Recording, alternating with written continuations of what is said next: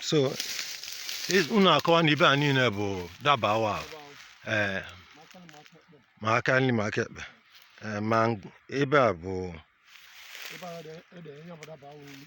nwa bụ ebe a eji enye dabawa nri ga okay ma ogilisi nwe bụ nya bụ arakacha nya bụ center dabawa. So this is the sacred portion.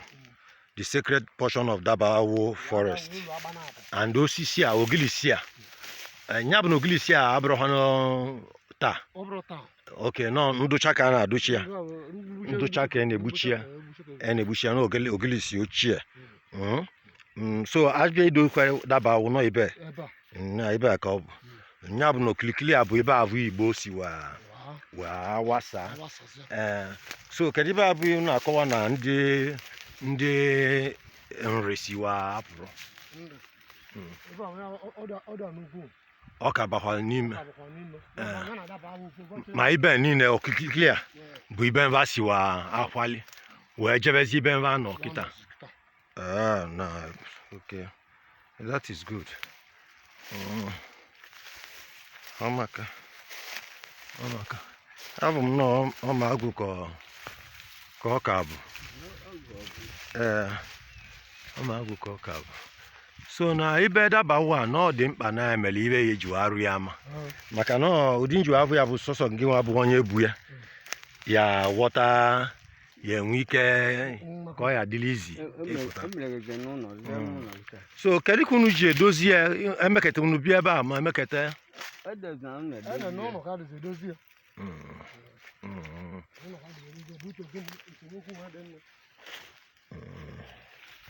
amaka kọwa dị okala anyị maka Dabawo. Kedu ibe Dabawo abụ bụ dịka onye bu ya ọ bụ gị na-eneti ya anya? Dabawo bụ mmadụ ka ọ bụ.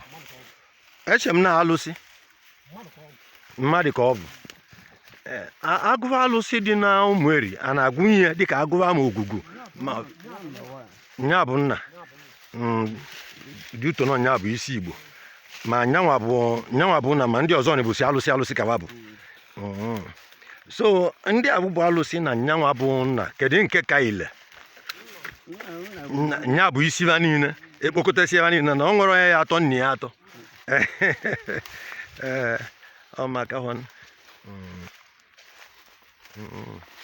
maka ebe nje na-ekwu Dabawo ka Dabawo ji wee si kpolu ụmụnne ya wee si Israel mba wa na-agbadata wa akwa. Kedu ibe bụ nri aka? Ana m anụ maka nri aka. Nri so ibe abụ anyị jere ibe vanine bụ nri aka ndị nri siwa akwali wee jebe. Ndị Igbo m na-anụ ka eji akọwa. So n'ibe anyị jela ibe a mgbe Nnamdi Kanu bịara ebe a anyị jela ebe a esi ka o si wa ga wee luo ebe ahụ. So nya bụ kpọmkwem ebe ahụ ndị Igbo si wa basabazia. Ọmaka daalụ nri nne anyị abịakwa ọzọ dịka ka anyị ji wee akọwa ebe a na anyị bụ ndị Center for Research in Igbo History and Culture. Anyị na-enebega anya na-agali na-ajụ ese ife gbasara ndị Igbo. Kedu ndị bụ ndị Igbo? Kedu ebe ndị Igbo si? Kedu nta ka ebe mfa nọ? Anyị na-aghọta na Igbo awasawa ụwa ha niile. Ọ bụrụzi Igbo abụrụzi sọ ndị nọ na ọkpụnọ Igbo na ebe a na-akpọ South East Nigeria. Igbo awasawa ebe niile. Igbo nọ na Benin, Igbo nọ na Ondo Yoruba. Eze ndị Yoruba nọ n'Ife na-akọwa na Igbo nọkwu na bebe mba ahụ. Okay, nke a na aka nri anyị ajebele Aguleri. Aka ekpe anyị agawala Igbezu Aguleri ma Nando. Ana n'ibe niile anyị nọ bụ Dabawo. Ajagụ Uguma mgbe gboo.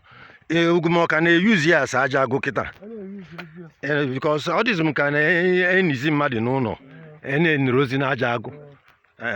ewezi amali ya dịka igwu na ụmụ eri amazi ejizi mmadụ na-aja agụ maka na ana m arụzi n'elu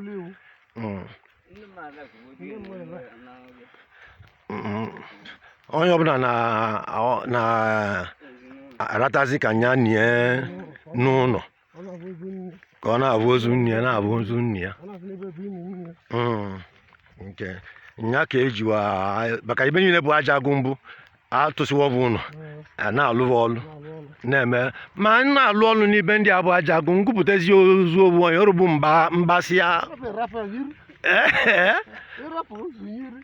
ọ chụbazi ya mma ha onye ka mma akpọ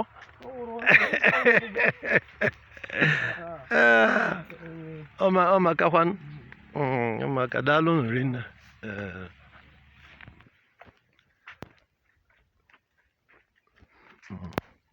so daalụ n'ọlụ n'ebe unu ji wee zukọ anyị ọmaka ka anyị mara ka anyị eji emie